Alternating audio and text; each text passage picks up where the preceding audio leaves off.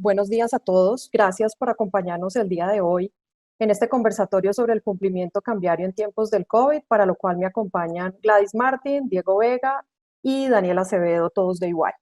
En este conversatorio vamos a presentarles los cambios normativos que se han producido desde la declaratoria de la emergencia sanitaria producida por el COVID y que de alguna manera están impactando la forma y los plazos del cumplimiento de las obligaciones derivadas de las operaciones de cambio, pero también queremos hablar un poco de la lección que nos ha dejado el COVID sobre la importancia de contar con procesos y tecnología para que no se impacten las funciones críticas de la compañía.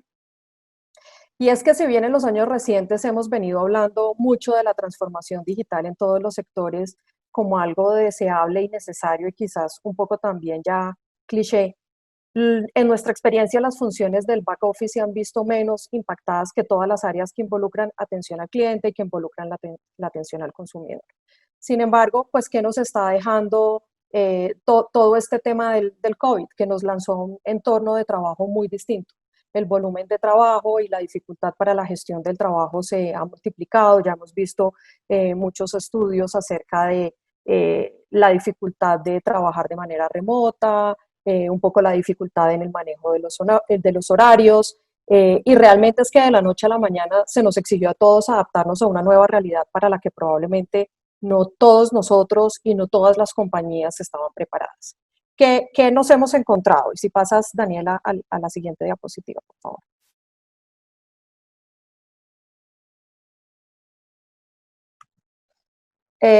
Tenemos hoy trabajo en casa con equipos dispersos, con análisis y discusiones virtuales e incluso con reducción de personal para seguir cumpliendo con los procesos críticos. Y esta es una situación que no sabemos hasta cuándo vamos a tener que afrontar. Si bien ya hay algunos sectores económicos que se han flexibilizado, pues vemos que los aislamientos van a continuar, que para sectores como los servicios, por ejemplo, lo que se ha pedido en Bogotá es que el 80% siga con trabajo en casa. ¿Qué otra dificultad hemos afrontado? Documentos que no tienen un proceso de digitalización, entonces procesos que se tienen que cumplir todavía con documentación física y que no es, pues, de fácil acceso para poderla procesar y para dar cumplimiento a los procesos. Discusiones muy profundas estas últimas semanas sobre el uso de firmas digitales, de firmas electrónicas, de firmas escaneadas, cuál es su validez legal. Falta de herramientas tecnológicas que apoyen los procesos, muy importante al inicio y ojalá ya menos frecuente en este momento.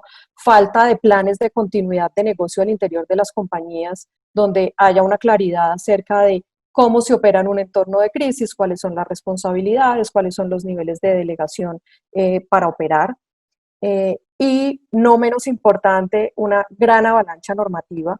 Desde la declaratoria de la emergencia, pues hemos visto que se expiden normas casi que todos los días. En un estudio que realizó la ANDI a finales de abril, que no ha sido actualizado todavía a mayo, el diagnóstico que ellos hicieron es que habían salido 228 normas, más o menos un promedio de 6.2 al día, y a todo esto tenemos que sumarle todos los decretos que salieron en la última emergencia económica. Luego hay un gran reto también por estar actualizado y tener claridad, pues, cuál es el régimen que está aplicando en cada momento y cuál es el respaldo que hay para tomar decisiones en cada momento. Entonces, con todo este entorno, no es una sorpresa que las empresas, independientemente del sector económico en el que estén operando, estén experimentando una gran presión sobre sus modelos de operación, sobre sus procesos críticos, nómina, tesorería, y nosotros incluimos acá el cumplimiento de las obligaciones derivadas de las operaciones de cambio. ¿Por qué nosotros consideramos que esto es un proceso crítico? Y por dos razones fundamentales. Daniela, si puedes seguir al siguiente slide.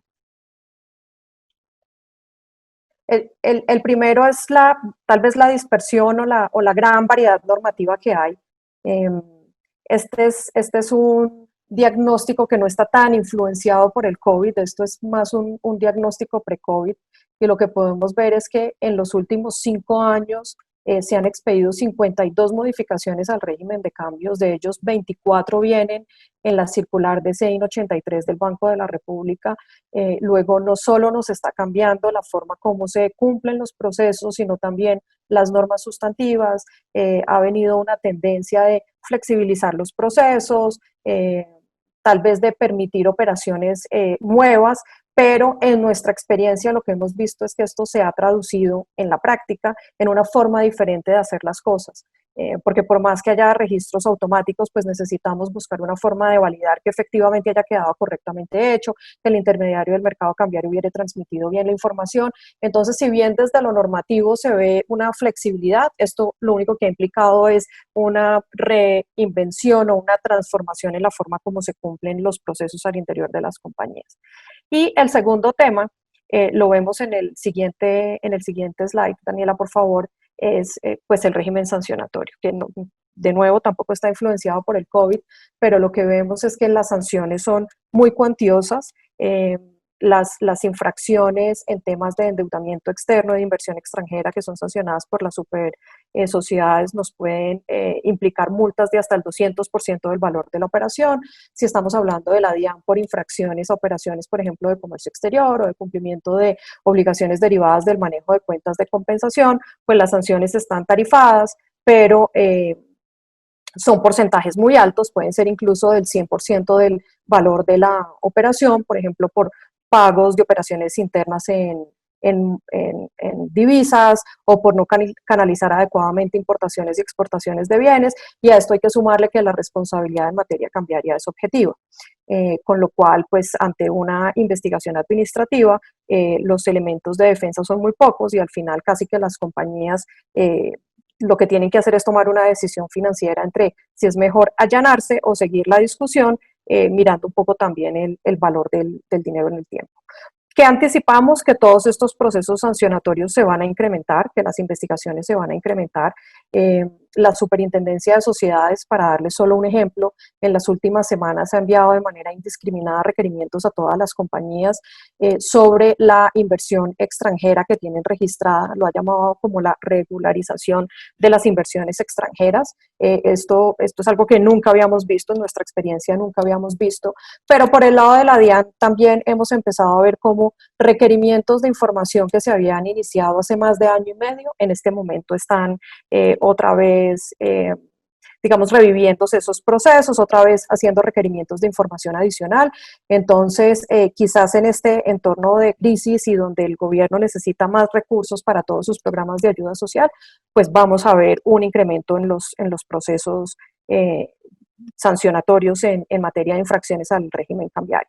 Entonces, por la criticidad del momento, por lo que creemos que viene y por las lecciones que nos está dejando el COVID en la forma en que trabajamos, quisimos hacer este conversatorio hoy y para ello le doy paso a Diego Vega para que nos cuente qué cambios se han introducido en la legislación. Gracias, Jimena. Bueno, muy buenos días a todos. La idea un poco como lo estaba diciendo Jimena es que hablemos de qué ha pasado en la regulación cambiaria a causa de todo este tema del COVID.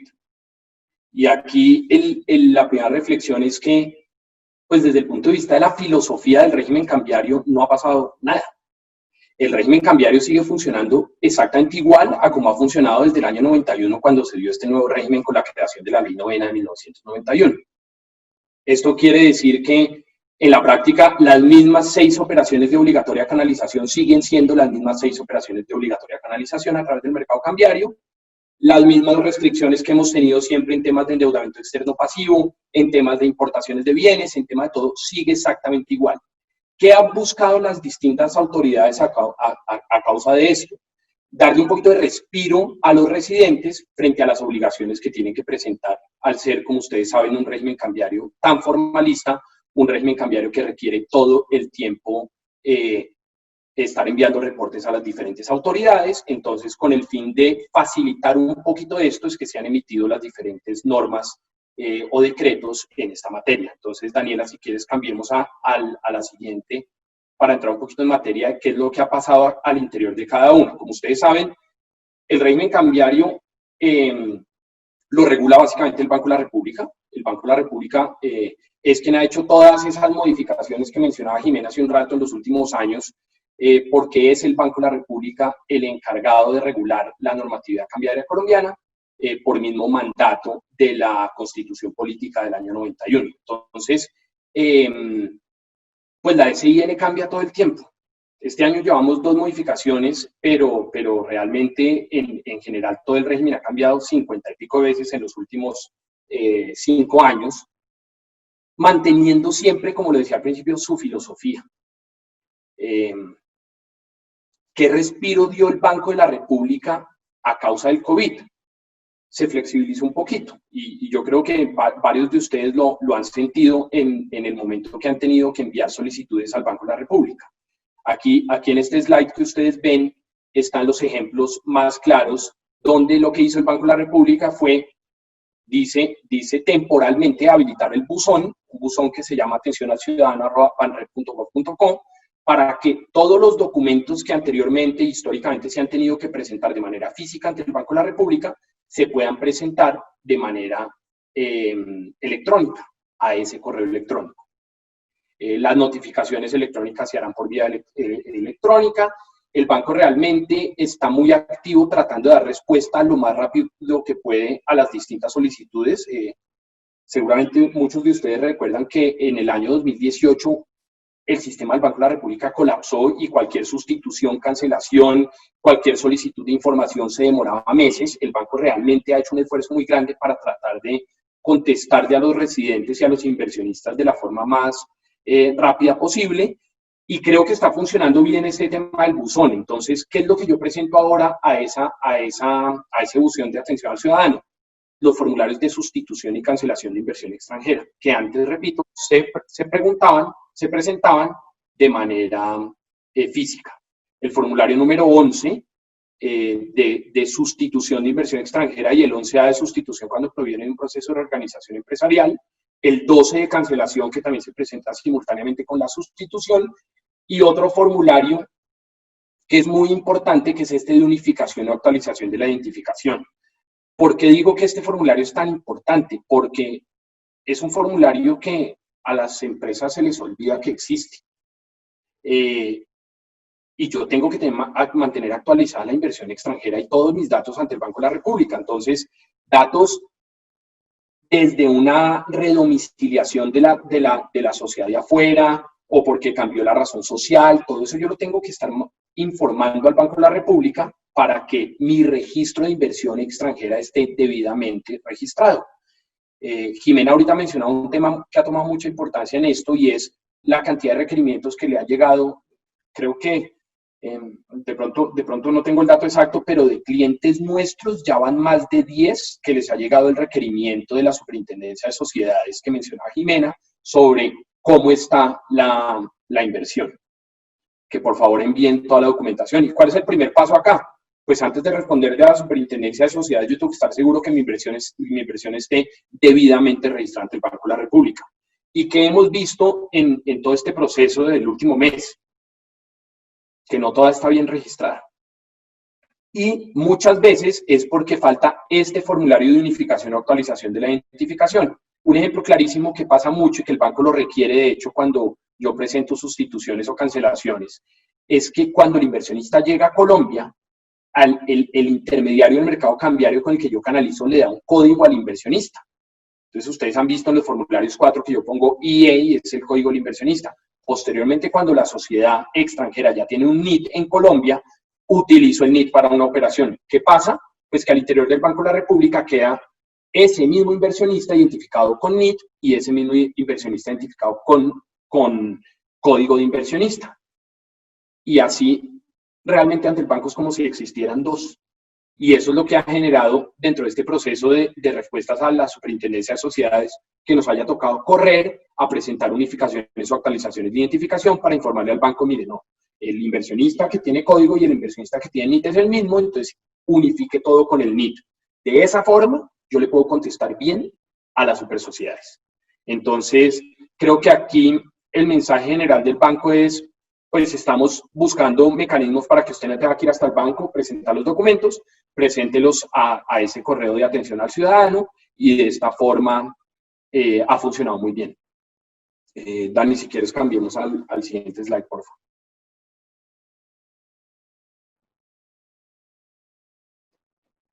¿Qué ha pasado con la DIAN?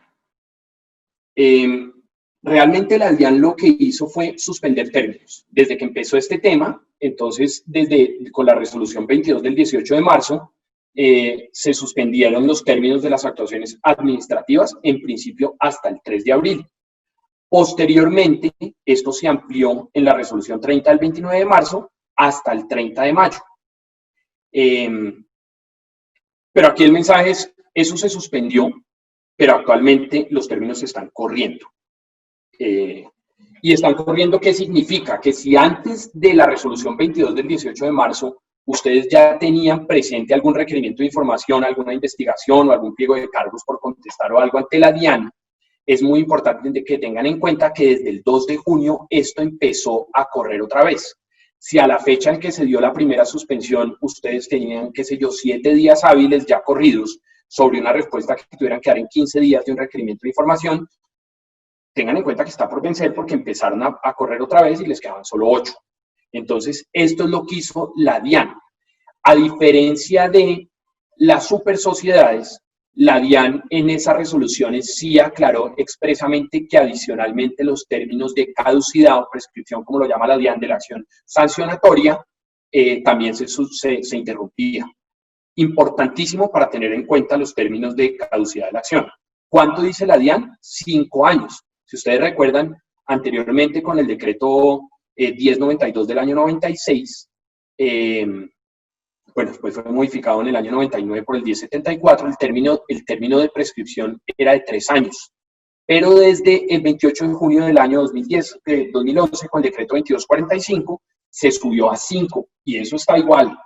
Entonces, es muy importante tener en cuenta estos temas porque, les digo por mi experiencia, muchos clientes todavía tienen en la cabeza que la prescripción en materia sancionatoria de la DIAN es de 3 años, es de 5, y hay que tener en cuenta, repito, esa suspensión de términos que dio la DIAN como a causa del COVID y de la emergencia.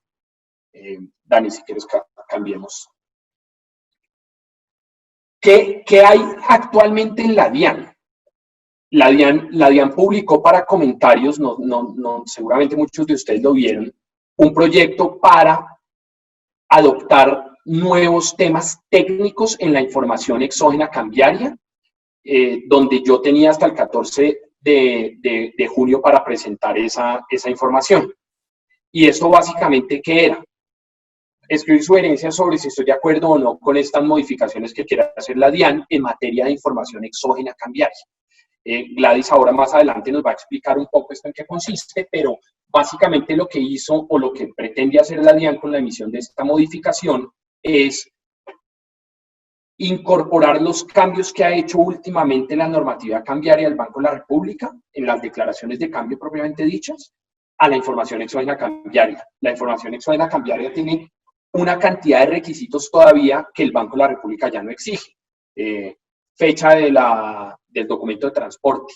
Observaciones. Si ustedes ven la exógena cambiaria, todavía tiene una casilla de observaciones. Esa casilla de observaciones, pues, no existen ya las declaraciones de cambio del Banco de la República, por lo tanto, no se deberían incorporar en la información exógena cambiaria, pero todo esto está por verse dentro de esta modificación que dé el decreto. Dani, si quieres, cambiemos, por favor, al siguiente. Ok. ¿Qué hizo la Superintendencia de Sociedades? La Superintendencia de Sociedades suspendió los términos en la resolución del 17 de marzo de 2020 de las actuaciones que adelanta disciplinarias la Superintendencia de Sociedades entre el 18 de marzo y el 8 de abril. Repito, aquí no habló nada de la caducidad de la acción sancionatoria. ¿Qué hizo después las supersociedades? El 31 de marzo dijo, empiezan a correr todos los términos de investigaciones desde el 1 de abril de 2020. Entonces aquí el mensaje es, desde el 1 de abril está corriendo todo igual. Hay que tener mucho cuidado, sobre todo por lo que decía Jimena de las investigaciones actuales que está teniendo la Superintendencia de Sociedades en materia de inversión extranjera. Si quieres, cambiemos al siguiente. Entonces, aquí nosotros lo que quisimos hacer fue explicar un poco qué podemos hacer. La normatividad cambiaria, como yo les decía, pues no se ha modificado. Las mismas restricciones que yo tengo en materia cambiaria las voy a seguir teniendo.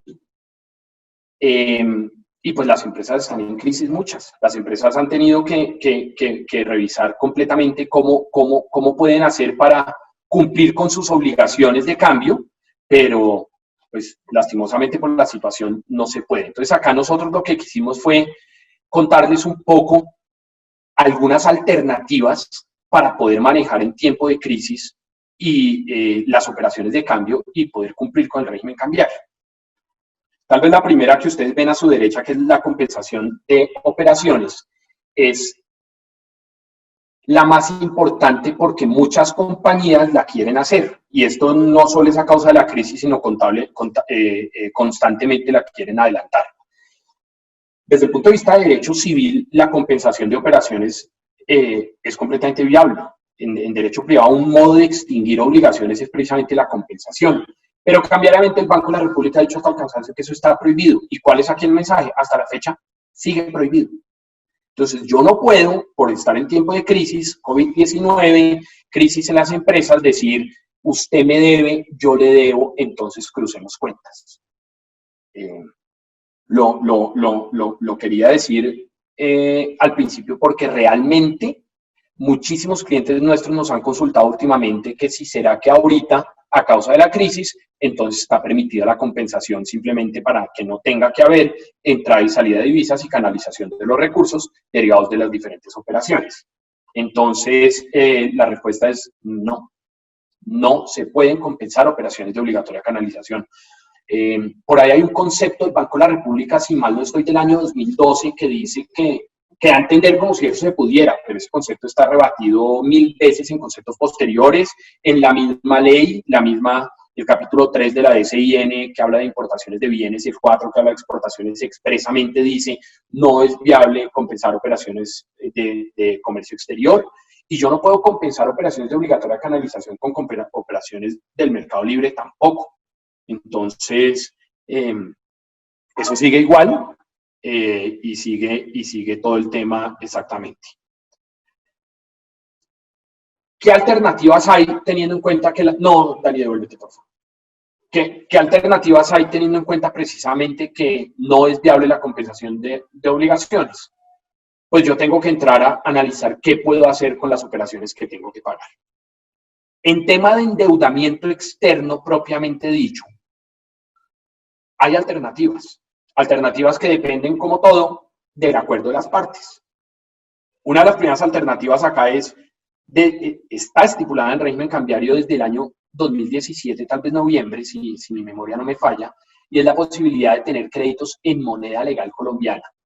Esto para el residente colombiano pues es muy bueno, porque si a mí me presta un extranjero en pesos colombianos, pues yo pago pesos colombianos a ese extranjero y de esa forma no estoy sujeto a la tasa de cambio, porque entre otras cosas, tal vez no lo he mencionado aquí, la preocupación no solo es el COVID, la preocupación aquí también es la tasa de cambio.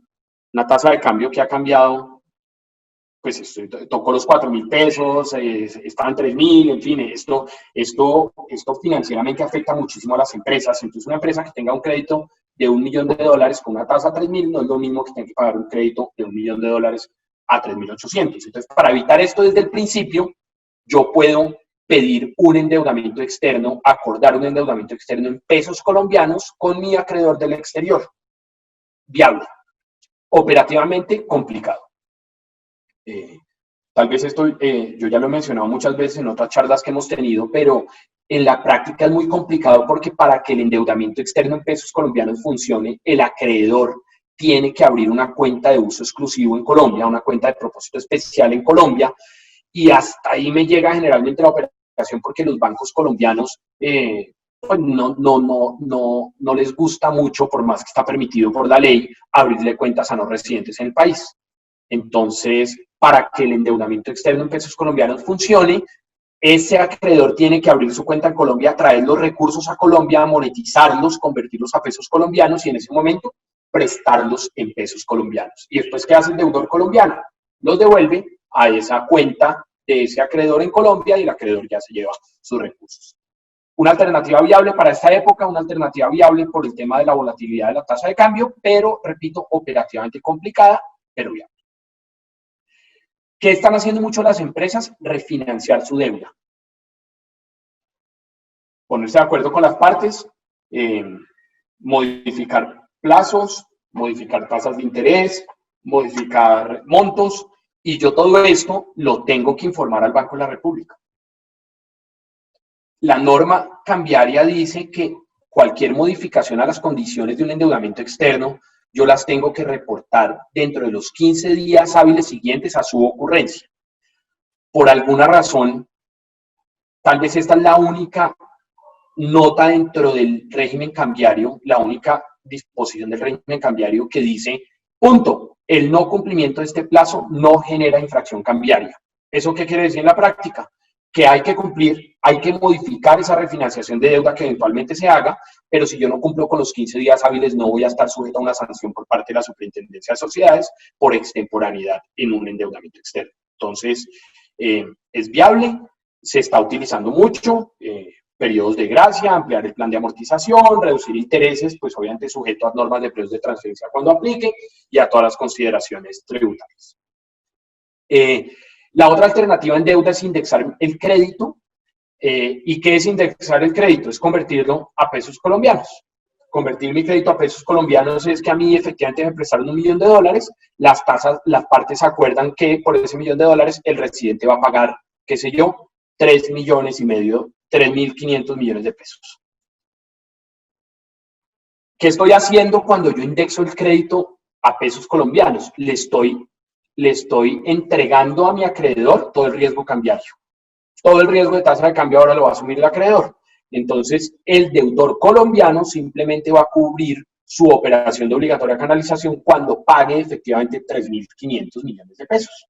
Puede ser $1.000.000, más de $1.000.000 o menos de $1.000.000. Y en ese momento, yo tengo que informarle al Banco de la República, porque si, por ejemplo, yo pagué $800.000 por los 3.500 millones de pesos, me va a quedar un canal cambiario abierto por $200.000 porque yo registré inicialmente un crédito de $1.000.000.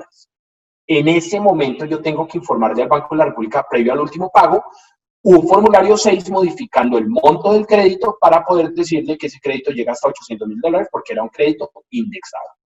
Viable, se utiliza mucho, va a depender completamente de quién es mi acreedor del exterior, porque yo pues personalmente no veo a un banco del exterior otorgándome una indexación de créditos y asumiendo el riesgo cambiario, pero esto se ve mucho en operaciones entre grupos, por ejemplo, donde mi casa matriz, mi oficina principal o quien sea, me presta las divisas y los recursos. Entonces, decide asumir mediante la indexación directamente el riesgo cambiario. Frente a otras operaciones de obligatoria canalización, propiamente hablando de operaciones de comercio exterior, importaciones y exportaciones de bienes, siempre hay que tener presente que yo puedo tener imposibilidad jurídica. Yo no estoy obligado a lo imposible. Y la DIAN sacó un concepto en el 2018 reiterando esto, y el mismo decreto sancionatorio de la DIAN dice que yo puedo no pagar si realmente no lo debo. Entonces, aquí que es importante, que si ustedes no van a pagar, realmente tengan en cuenta que el canal cambiario va a seguir abierto ante la DIAN. Y como el canal cambiario va a seguir abierto ante la DIAN, yo voy a tener que tener todos los documentos soportes para poder demostrar por qué razón no canalicé una operación de obligatoria canalización. Y por último, debemos tener en cuenta que la dación en pago es una operación permitida en operaciones de comercio exterior y en operaciones de endeudamiento externo. Acordar tasa de cambio también es permitida.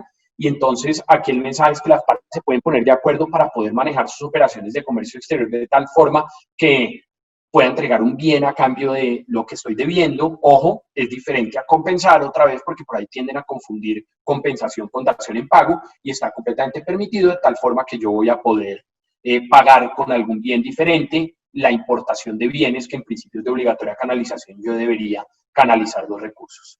Entonces, concluyendo todo este tema, se mantiene igual la norma, pero hay que buscar alternativas, y el régimen cambiario tiene alternativas para que yo pueda, de cierta forma, aliviar un poquito estos tiempos de crisis y poder cumplir en el momento que la tenga que cumplir con mis operaciones de obligatoria canalización. Dani, ahora sí podemos cambiar. Daniela. Ah, listo.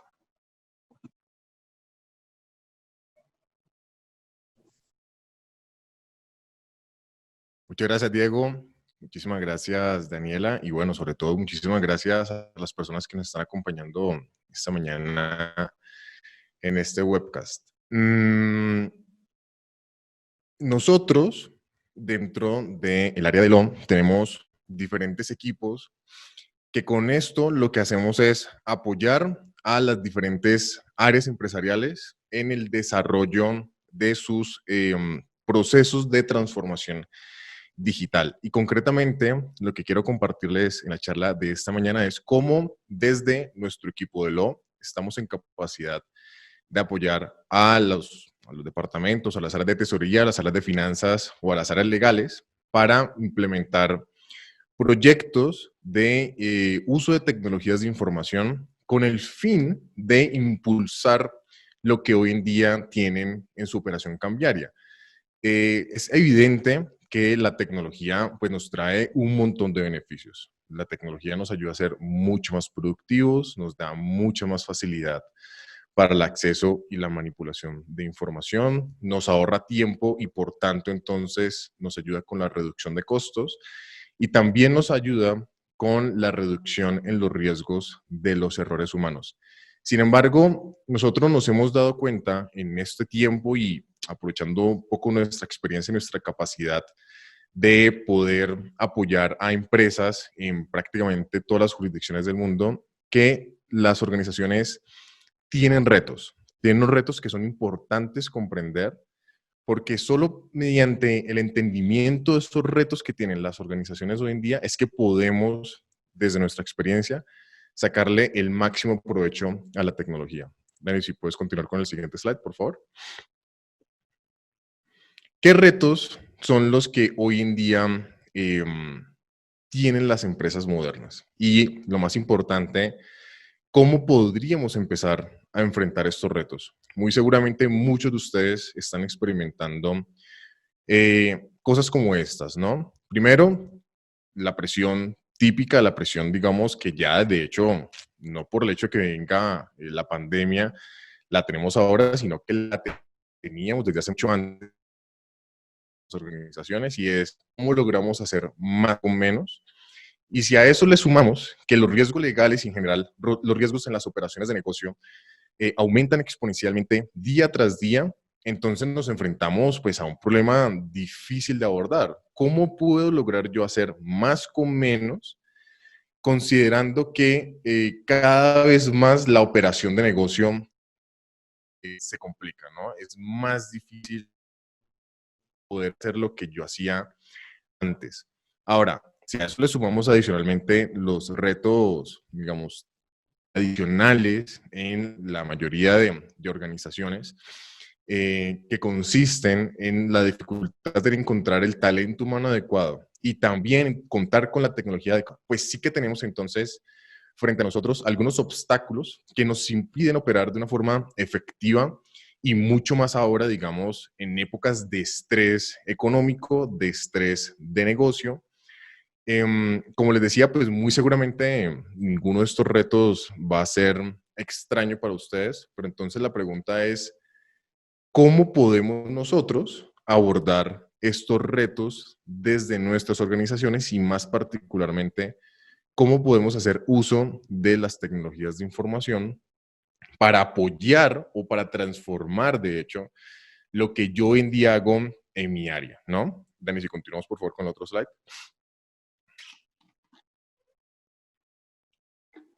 ¿Cómo enfrentamos entonces nosotros estos retos? Estos retos empresariales que nos estamos encontrando, los enfrentamos construyendo desde hoy la empresa del mañana.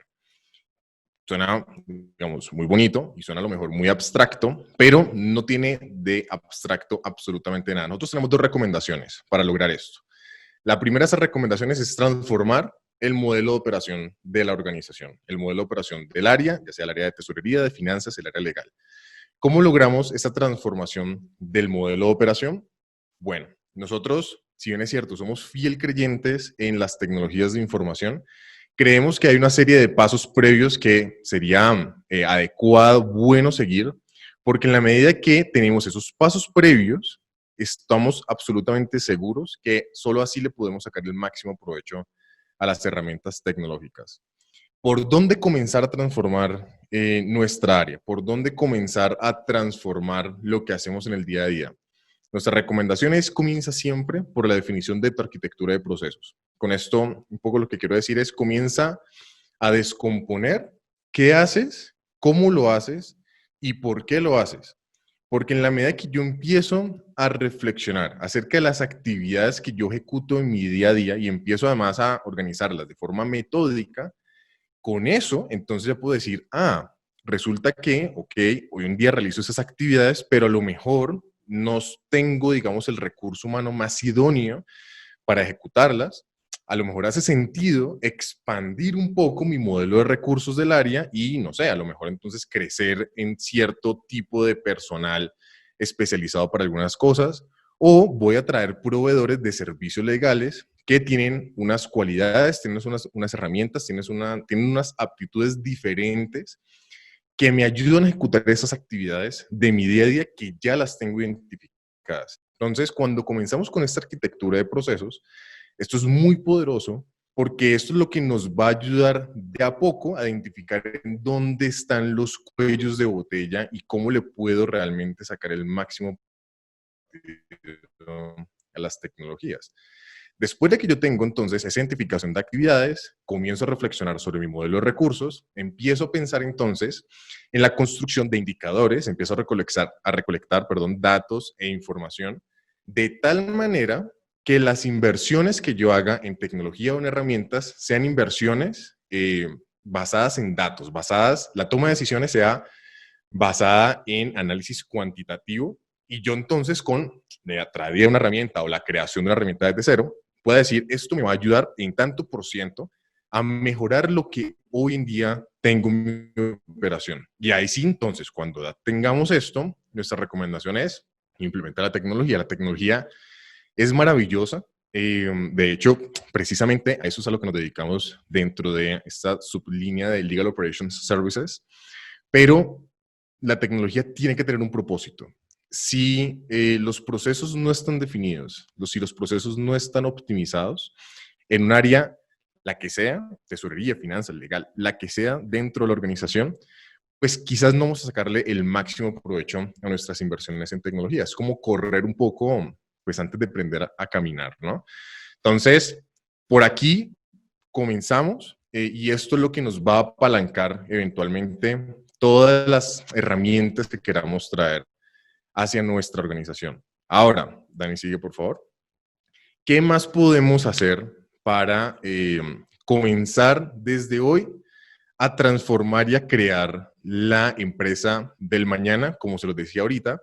Comprender muy bien mi modelo de recursos, comprender muy bien yo qué recursos, vale la redundancia, tengo no solamente comprendidos desde la lógica de herramientas, sino también recursos humanos, recursos de conocimiento, recursos financieros, y pensar en qué es lo que hace sentido yo dejar en mi operación interna y qué es lo que hace total sentido dejarlo en la operación externa con un aliado, con un experto que con sus aptitudes, con sus herramientas, me ayude a mí a ejecutar de una forma mucho más eficiente cosas que a lo mejor yo dentro de mi empresa podría ejecutar, pero no es lo más inteligente, ¿no? Porque, de nuevo, pueden haber terceros que pueden hacer las cosas de forma mucho más rápido gracias a esas aptitudes y esas capacidades que han construido con el tiempo.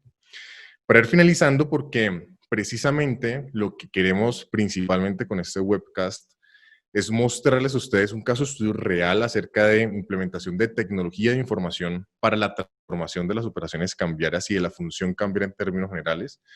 Solamente les quiero comentar lo siguiente.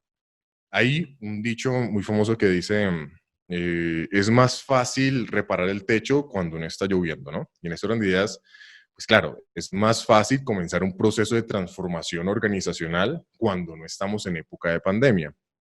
Y en general, aunque eso es, pues, digamos, una especie de frase con mucho sentido común, nunca ocurre, porque en general, pues los seres humanos, hasta que no tenemos una situación que nos obliga a cambiar, pues no consideramos de forma proactiva cómo podemos eventualmente impulsar esta serie de operaciones. Dicho entonces, para comenzar ya mismo a transformar sus empresas, a transformar sus áreas, ¿qué recomendaciones podemos tener?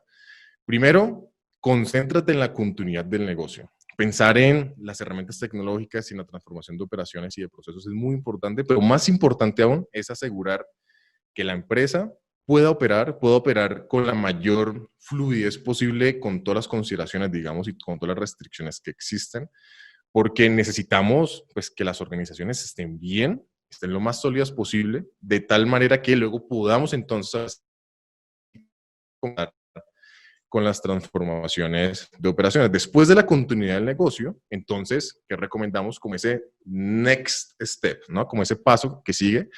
Comenzar entonces con la identificación seria de procesos, de operaciones, a pensar qué es lo que hago yo en mi día a día, cómo lo hago y por qué lo hago, de tal forma entonces que cuando ya estemos un poco más tranquilos con toda esa situación de pandemia, de estrés financiero económico, ahora sí nos vamos a ese beyond, ¿no? A ese un poco medio plazo, que ya es entonces la implementación de tecnología y el apalancamiento tecnológico en términos generales para impulsar los procesos que ya hemos identificado, que ya tenemos estudiados, que ya tenemos identificados, y transformar de esta manera y traer, digamos, un poco a los contextos actuales a las operaciones de nuestra organización.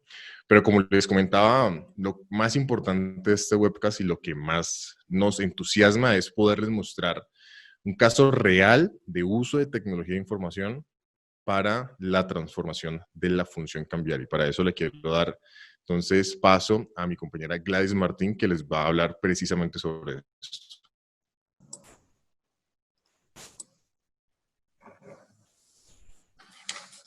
Listo.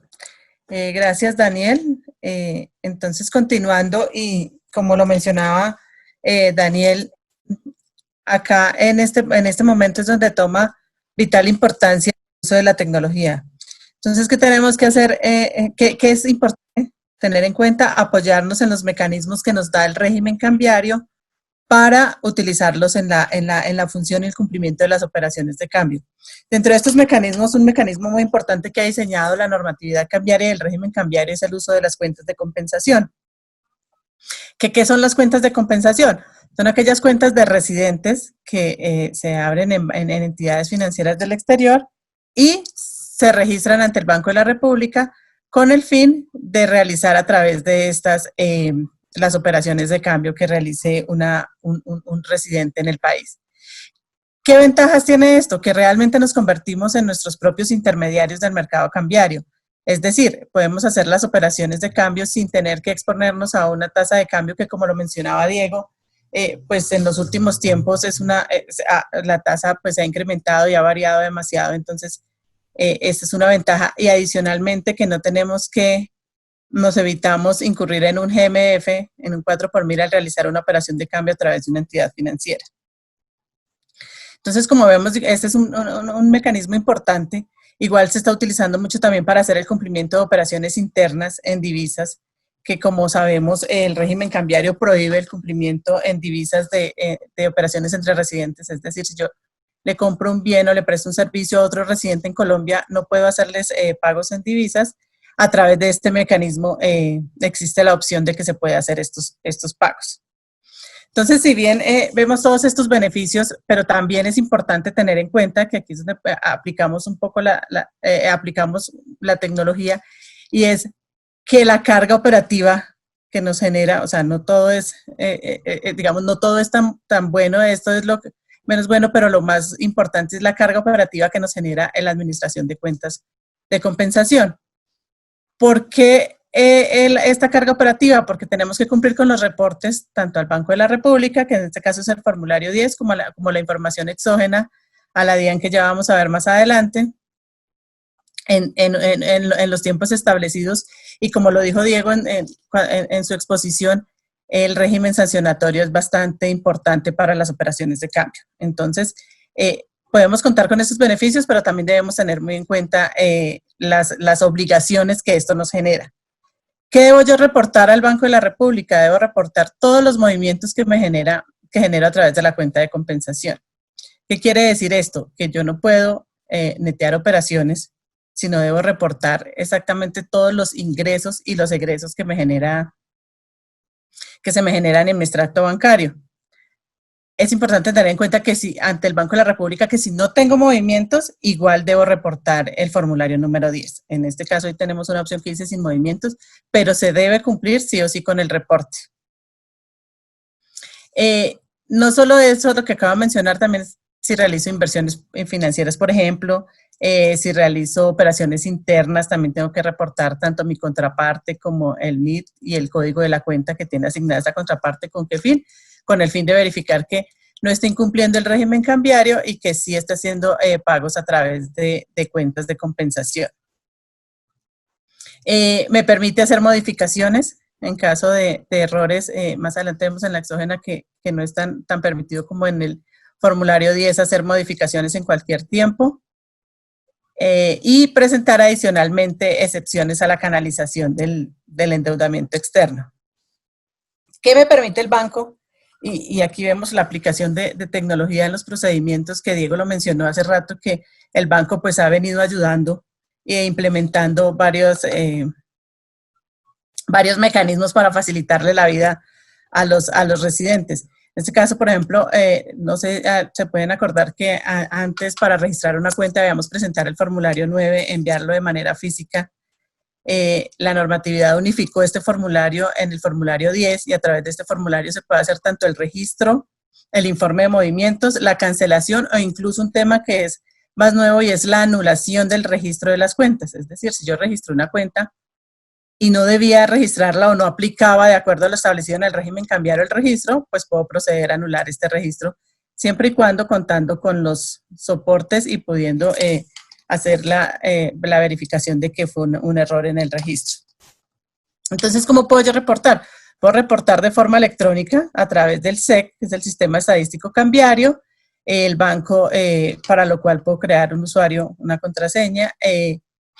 Hay algunas declaraciones que es importante tener en cuenta que se deben realizar previo al reporte del formulario número 10, que son las declaraciones de cambio por inversiones internacionales y las declaraciones de cambio por endeudamiento externo. Entonces, esto es muy importante tenerlo en cuenta porque, como lo mencionábamos, la carga operativa es importante y el régimen sancionatorio también es bastante importante. Hay que tenerlo en cuenta porque las sanciones pueden ir desde 25 VTs hasta 200 VTs o el 100% de la operación en algunos casos. Y esto viene, ¿por qué? Porque ¿cuándo debo yo hacer el reporte? Entonces, de las formulario 10 lo tengo que hacer tengo plazo hasta el último día del mes siguiente al cual se realizaron las operaciones. Y un tema que no muchos lo tienen en cuenta y es el horario de la página del SEC del Banco de la República. Entonces, este funciona en días hábiles. Muchas veces nosotros decimos un sábado, queremos ingresar y hacer la transmisión o adelantar el trabajo. Esto, en este caso, no lo podemos realizar. ¿Por qué? Porque el banco solo presta servicios en días hábiles y de 8 de la mañana a 7 de la noche. Entonces, también 7 y 1 minuto ya no me deja ingresar y esto es importante para no tener contingencias desde el punto de vista cambiario. Entonces, estos son los temas del formulario número 10, que es súper importante enviar la información a tiempo de forma consolidada al Banco de la República. Daniela, si quieres, ¿me ayudas al siguiente? Gracias. Y otro tema, que es la información exógena cambiaria, que es de los temas más importantes y también de los que hemos evidenciado en los últimos meses que el banco ha hecho muchos requerimientos respecto a la DIAN ha hecho, que es quien tiene la supervisión de este tema, ha hecho requerimientos respecto a la información que se reporta. Por ejemplo, de las legalizaciones, de los datos faltantes de las declaraciones de cambio, la DIAN ha estado súper pendiente de este tema y ha empezado a requerir a muchos importadores o exportadores respecto al cumplimiento de la información. Entonces, la información exógena cambiaria es mucho más compleja que el formulario 10, porque como lo mencionaba, si bien el formulario 10 envió la información consolidada, en la información exógena cambiaria me toca enviar la información desagregada. ¿De qué? de las operaciones que están bajo control y vigilancia de la DIAN, que son, en este caso, las importaciones, las exportaciones, los servicios, transferencias y otros conceptos que, como sabemos, no son operaciones de obligatoria canalización, pero yo las puedo canalizar voluntariamente, y cuando un residente maneja una cuenta de compensación, pues lo ideal es que a través de esta cuenta maneje todas sus operaciones de cambio. Entonces, si bien no son operaciones de obligatoria canalización, en el momento en que yo canalizo una operación, ya debo cumplir con el reporte que la norma me exige. ¿Qué otra cosa incluyo yo en la información exógena cambiaria? Las aclaraciones para fines estadísticos, que ¿qué es esto?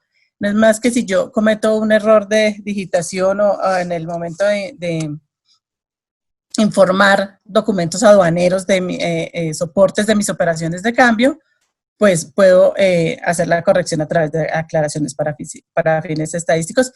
Y lo que mencionaba, que es un tema que cada día toma más importancia, es la legalización o la actualización de documentos aduaneros en las operaciones de cambio.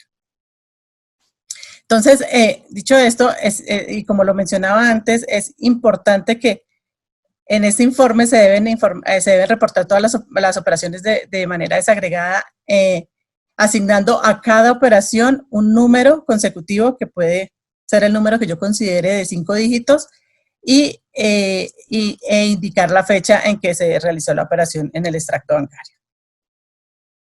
Hay un concepto que está de la DIAN, que nos dice que, por lo cual eso es importante, que no solo debemos enviar la información de manera oportuna, sino de manera correcta.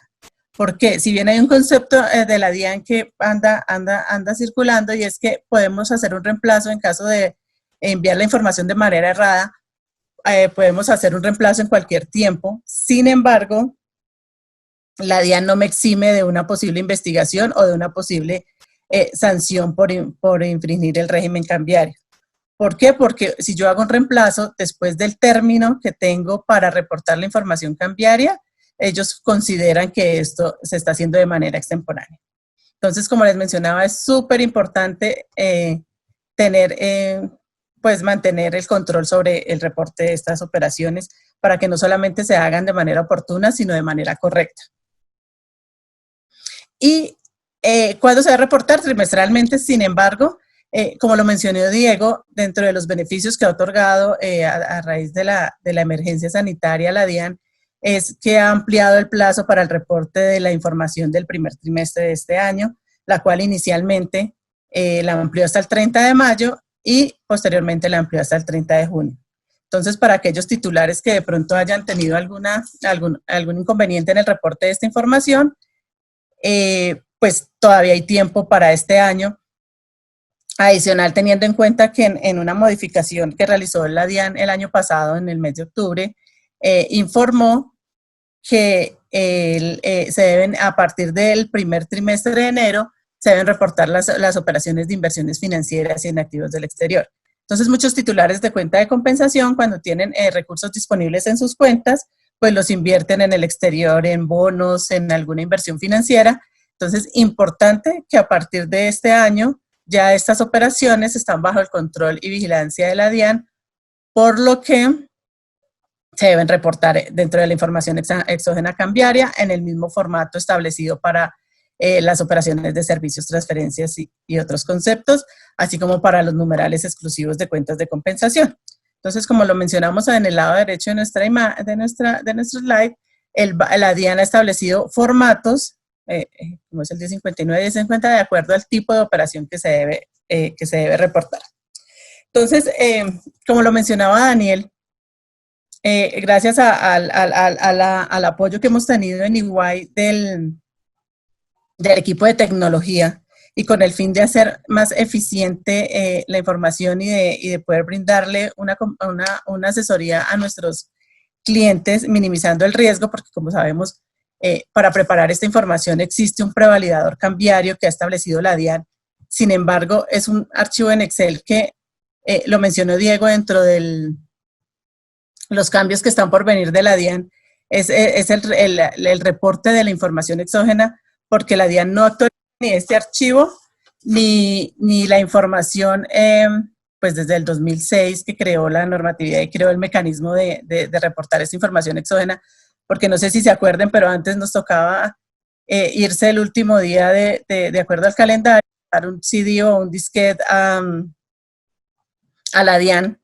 Luego ellos crearon este mecanismo electrónico para transmitir la información, pero es un mecanismo que no ha sido actualizado a la fecha. Y este prevalidador que mencionamos, pues también está desde el 2011 y no ha habido ninguna actualización. Y entonces, cuando vamos a preparar la información, nos toca, uno, ingresarla manualmente y dos, cumplir con unos temas como era las observaciones dentro de los formularios que el banco, pues, el Banco de la República hace mucho rato quitó esta información de la información mínima requerida para las operaciones de cambio y diligenciar otra serie de información que ya no es requerida tampoco por la DIAN para el reporte de la información. Entonces, en EY hemos creado un software que nos ayuda a generar esta información teniendo en cuenta, si quieres, espérame un segundo, Dani, ya le damos play, no solamente la generación de la información minimizando el riesgo y siendo más eficientes, sino también con la revisión, o sea, que el contenido de la información también esté de manera correcta. Entonces, tenemos un equipo especializado en régimen de cambios e inversiones internacionales que también, ¿qué hacemos nosotros? Verificar cada uno de los soportes de las operaciones que se realizan a través de las cuentas de compensación para nuestros clientes que les prestamos outsourcing, que en este momento hacemos una revisión mensual de aproximadamente 700 operaciones de cambio con la certidumbre que están correctamente y que se están utilizando los numerales cambiarios de manera correcta. Porque de pronto lo que más vemos dentro de los requerimientos que hace la DIAN es el uso de numerales cambiarios incorrectos. Hace un tiempo, y para acá, por ejemplo, la DIAN, ha venido requiriendo mucho a los clientes por el uso de numerales cambiarios como son otros conceptos. ¿Por qué? Porque cuando estamos en el último día o vamos a transmitir la información y no tenemos los soportes o el conocimiento para saber qué tipo de operación estamos realizando, pues muchos titulares de compensación utilizaban el numeral 1601, que es el de otros conceptos, y la DIAN ha requerido mucho sobre este tema. Entonces, súper importante poder conocer y utilizar adecuadamente la normatividad cambiaria, por lo que les mencionaba, si bien yo puedo hacer modificaciones de la información exógena cambiaria, puedo hacer reemplazos de los archivos en cualquier tiempo, esto no me exime de una posible investigación. Dani, si quiere le damos play, gracias. Entonces nosotros partiendo de una planilla donde ingresamos toda la información de los movimientos realizados a través de las cuentas de compensación y una vez validado el contenido de esta información, en esto tenemos ingresado la fecha de la declaración, les asignamos un número a cada una de las operaciones, asignamos los documentos aduaneros y aquí les presentamos donde le asignamos un usuario y un password a cada uno de los clientes sobre los cuales les prestamos el servicio de outsourcing cambiario y, o sea, cada información se maneja independiente. Entonces aquí nos permite generar la matriz de exógena, cargarla, generar XML, hacer edición de datos en caso de algún cambio en la información, el consolidado obtenemos el consolidado por numeral cambiario también, que más adelante se los voy a mostrar. ¿Qué nos permite? Entonces acá nos permite automáticamente hacer el cargue de la información, es decir, no estamos haciendo, no estamos manejando de forma manual la información, lo que genera muchos errores porque como sabemos, pues siempre el hecho de hacer manual los procesos, pues el riesgo es más alto de equivocarnos. Entonces, una vez hemos cargado esto, acá el ejemplo les estoy mostrando los formatos que más usamos, que son los de importación, exportación. Hacemos la generación de la información, asignando el consecutivo, que es el que nos da la página de la DIAN para hacer los reportes. Entonces, yo puedo generar, elijo el periodo, elijo el año en el que voy a generar la información. Y una vez esté generada la información, ya tengo, también puedo hacer el consolidado por numeral cambiario, que es la información que de igual forma debo transmitir al Banco de la República. Entonces, como me mencionaba, en este caso es consolidada. El sistema, el software que hemos diseñado también nos permite generar esta información y poder validarla con el extracto bancario para tener la certeza, como les mencionaba, de reportar toda la información. Entonces aquí vamos a ver, para los que conocemos los formularios, los formatos XML que se deben transmitir a la DIAN, entonces nos los genera de forma correcta, sin necesidad de incluir información de más que ya no debe ser transmitida, como la que nos tocaría incluir en el prevalidador diseñado por la DIAN. Entonces aquí les hice el ejemplo con el 1059, que es el archivo de importaciones, y el 1060, que es el archivo de exportaciones, donde podemos evidenciar que la información está generada de manera correcta. Adicional, como les mencionaba, podemos generar el consolidado por numeral cambiario, lo que nos permite tener la certeza de que estamos enviando la totalidad de las operaciones generadas dentro del mes. Entonces, acá podemos validar contra el extracto bancario que sí estemos reportando realmente el total de ingresos y el total de egresos que se generaron en un mes. Y minimizando el riesgo de hacer procesos manuales, que es lo que de pronto muchas veces por errores de digitación y sobre todo cuando se manejan, digamos, yo mencionaba 700 operaciones mensuales, pero también hay que tener en cuenta que sobre estas 700 operaciones yo puedo pagar una importación. Esta importación puede tener 100, 200 declaraciones de importación soporte. Entonces, a veces el manejo de la información se vuelve muy difícil debido al volumen y se incrementan los riesgos de cometer errores que siempre van a ser sancionados en caso de revisión por la DIAN respecto a errores cometidos en la información exógena. Entonces, pues este es la herramienta. Como mencionamos, estamos utilizando en nuestros clientes a los que los apoyamos en el outsourcing cambiario. También, como lo mencionaba, pues contando con personal idóneo y capacitado para su administración, no solamente para ejecutar el tema, ejecutar la elaboración de los archivos, sino también para hacer un análisis previo de la información, teniendo la certeza de que se está aplicando de manera correcta el régimen cambiario. Listo, Dani, gracias.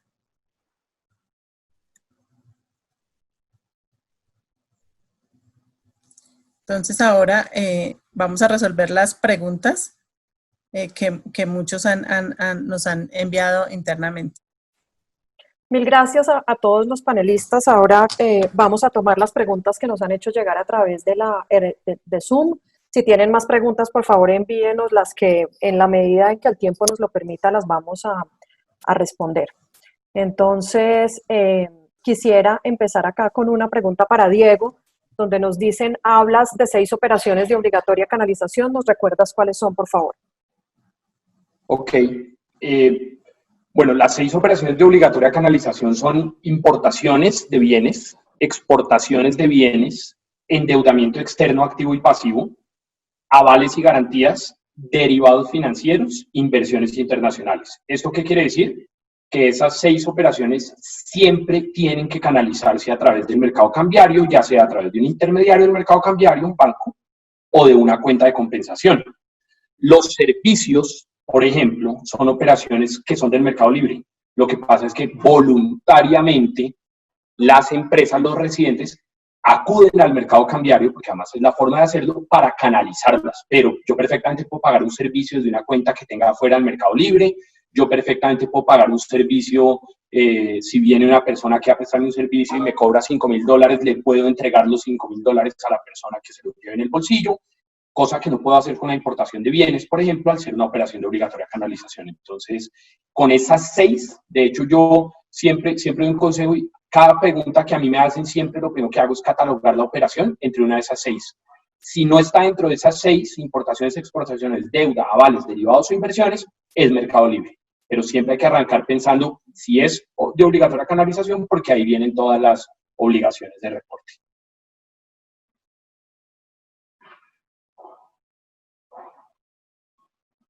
Estás en mute. Ya. Una pregunta para ti, Gladys. ¿Cuánto tiempo tengo para legalizar una operación de pago realizada por intermedio de un intermediario del mercado cambiario y enviar la documentación al intermediario y cerrar el numeral cambiario? Bueno, aquí es importante, en una modificación que se realizó en el mes de octubre del 2016, la DIAN estableció que el plazo para hacer estas actualizaciones es de un mes a partir del momento en que se adjunten los documentos, en que se cuenten con los documentos aduaneros. Aquí es importante precisar que ¿cómo se cuenta este plazo? En el momento en que nuestra agencia de aduanas nos entrega que se realice la nacionalización de la importación y se entreguen los documentos aduaneros. Entonces es muy importante siempre contar con el soporte de en qué momento el importador recibe estos documentos para proceder a informarlos a los IMC. ¿Cómo se informan a los intermediarios del mercado cambiario? Siempre es importante consultar el mecanismo que muchos manejan un formato donde se incluye información y de esta forma entregársela a los soportes. Es importante, también aquí vale la pena mencionar porque muchos se confunden y es, no hay plazo para yo realizar la importación de la mercancía, esto es un tema aduanero que pues no cuenta con un plazo. El plazo que existe es desde el momento en que yo tengo los documentos, es decir, que ya existe una declaración de importación sobre la mercancía pagada, en este momento en que empieza a contar el plazo de un mes. Y como les decía en la exposición, importante porque hemos visto en los últimos días bastantes requerimientos también a nuestros clientes verificando la legalización de estas operaciones. Diego, ¿podemos compensar una operación cambiaria de servicios? Con una operación de servicios, sí. Yo puedo compensar servicios con servicios. No puedo compensar servicios con alguna operación de obligatoria canalización.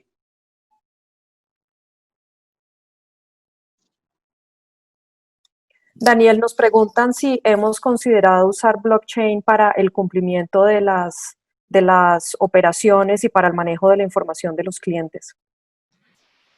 EY tiene un equipo dedicado solo a desarrollos en blockchain, pero pues depende un poco, digamos, como prácticamente todo en la vida, ¿no?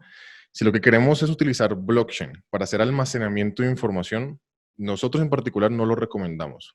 ¿Por qué? Porque la lógica de blockchain es que sea crear un repositorio descentralizado de información, los famosos, digamos, DLTs que se tenían hace muchísimos años, y adicionalmente que se genere un token para la trazabilidad y eventualmente para que los participantes pues tengan incentivos para compartir esa información. Si la idea es utilizar blockchain solo como un repositorio de información, pues hay formas mucho más simples y de hecho mucho más poderosas de hacerlo.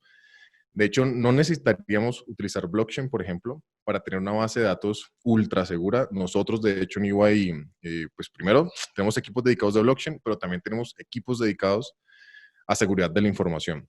Y todas las herramientas que nosotros tenemos y la infraestructura que nosotros manejamos es auditada prácticamente 24/7 por esos equipos. Bajo esa lógica, no tendríamos que crear una blockchain para hacer almacenamiento de información y mucho menos si queremos que esa información sea disponible fácilmente luego para consulta o para lo que sea, ¿no? Un poco acá la reflexión puede ser, utilizar la tecnología está súper bien, pero que haga sentido. Si es para almacenamiento de información, una blockchain creo que no hace tanto sentido. Si es eventualmente para hacer trazabilidad de datos y eventualmente crear un token para que los participantes interactúen entre ellos, ahí podría ser un caso de uso un poco más interesante. Diego, en el caso de compensación de obligaciones, si la contraparte en el exterior lo hace y se niega a hacer el pago, ¿se podría justificar que no se puede hacer lo imposible?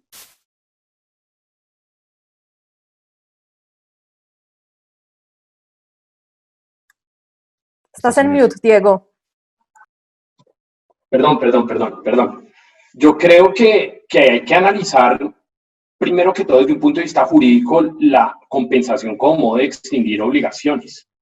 Porque pues realmente habría que ver si jurídicamente uno puede hacer una compensación unilateral, sin ponerse de acuerdo las partes. Pero pues realmente si el otro lo hace, yo tendría que, mejor dicho, la pregunta es poder analizar si eso me cabe a mí dentro de una imposibilidad jurídica, que sería la única forma que a mí me va a exonerar de cumplir con la obligación de canalizar las divisas a través del mercado cambiario. Pero creo que el análisis hay que llevarlo un poco más atrás a un análisis legal de la operación de compensación, si requiere o no una autorización de la contraparte. Gladys, ¿cuál es el plazo para presentar la información exógena del segundo trimestre del 2020? En este momento debemos acogernos a lo establecido en el calendario cambiario publicado por la DIAN, porque a la fecha no han publicado la ampliación del plazo. Como les comenté, todavía estamos dentro del plazo para transmitir el primer trimestre. Estamos pendientes que la DIAN saque alguna información al respecto. Es probable que lo extienda, pero pues hasta ahora no se han pronunciado. Ok. Diego, aquí nos preguntan si tengo un cobro mensual de $15,000 liquidado a la TRM del día de la facturación y contrato un forward non-delivery para cubrir esta factura. ¿Qué cuidados debo tener para evitar un riesgo de sanción? Okay. Desde el punto de vista cambiario, con los derivados financieros tengo que tener mucho cuidado. Tengo que tener mucho cuidado porque los derivados son viables, pero yo tengo que revisar muy bien con quién estoy celebrando el derivado financiero. Si el derivado financiero yo lo celebro con un banco local, el banco local es el encargado de registrar ese derivado financiero ante el Banco de la República. Pero si yo celebro un derivado financiero con un agente del exterior autorizado, soy yo, el residente colombiano, el obligado a registrar ese derivado en el día hábil siguiente a la fecha en que se celebra. Entonces, eso es lo que tengo que tener cuidado en el momento que yo celebro el derivado financiero. Adicionalmente, los recursos, ganancia o pérdida de un derivado financiero, yo los tengo que canalizar porque, repito, es una de las 6 operaciones de obligatoria canalización. Entonces, existen unos numerales cambiarios para reportar la ganancia o la pérdida del derivado financiero. Creo yo que esos son los dos temas que tengo que tener en cuenta al momento de derivados, y me falta uno cuando hablé del agente del exterior autorizado. Un agente del exterior autorizado no es cualquiera. Hemos visto que en diagnósticos cambiarios que nosotros le hacemos a las compañías, cuando vemos el tema de derivados financieros, no es que yo tengo un derivado con quién, con mi casa matriz. ¿Y quién es su casa matriz? La compañía X del exterior.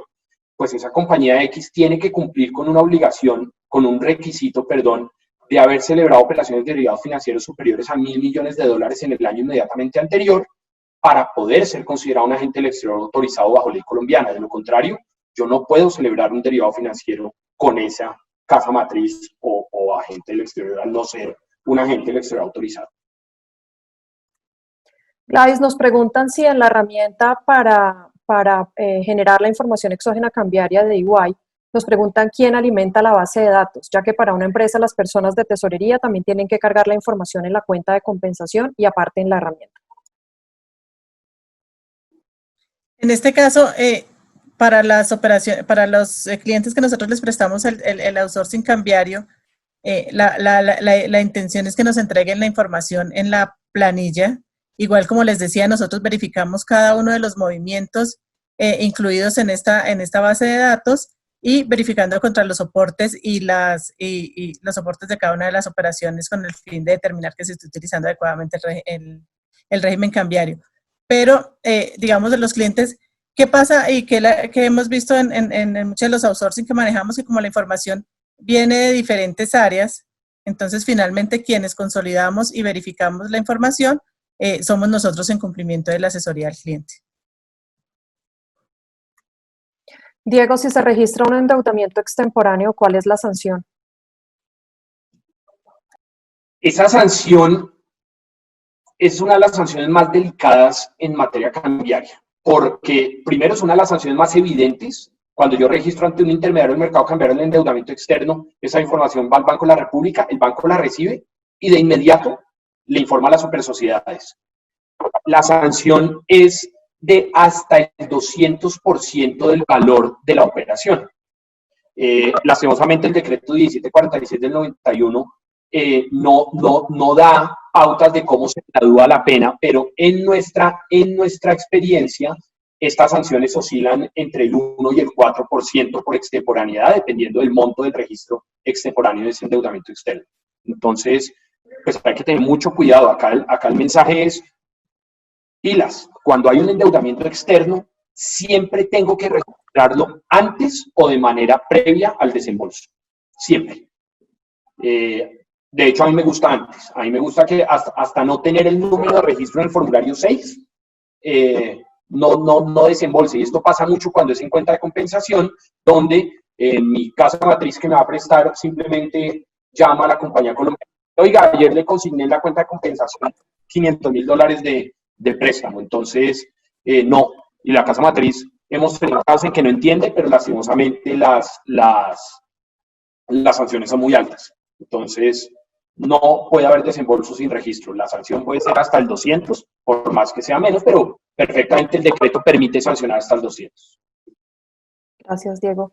Daniel, nos preguntan si las herramientas que construye EY se pueden adaptar a las operaciones específicas de un cliente o si las herramientas son fijas. Listo, muchísimas gracias. Como les comentaba anteriormente, las herramientas que nosotros construimos y la forma como vemos la tecnología es un apalancador de procesos. Bajo esa lógica, si en la empresa XYZ tienen un proceso que sigue una estructura determinada, perfectamente las herramientas que tenemos se pueden adaptar para que haga sentido con respecto al proceso que hoy en día se tiene e incluso podemos construir herramientas para automatizar o para impulsar la efectividad de procesos que nosotros hoy en día no tengamos. Entonces, siempre es posible construir cosas que hagan sentido para la operación de la empresa determinada.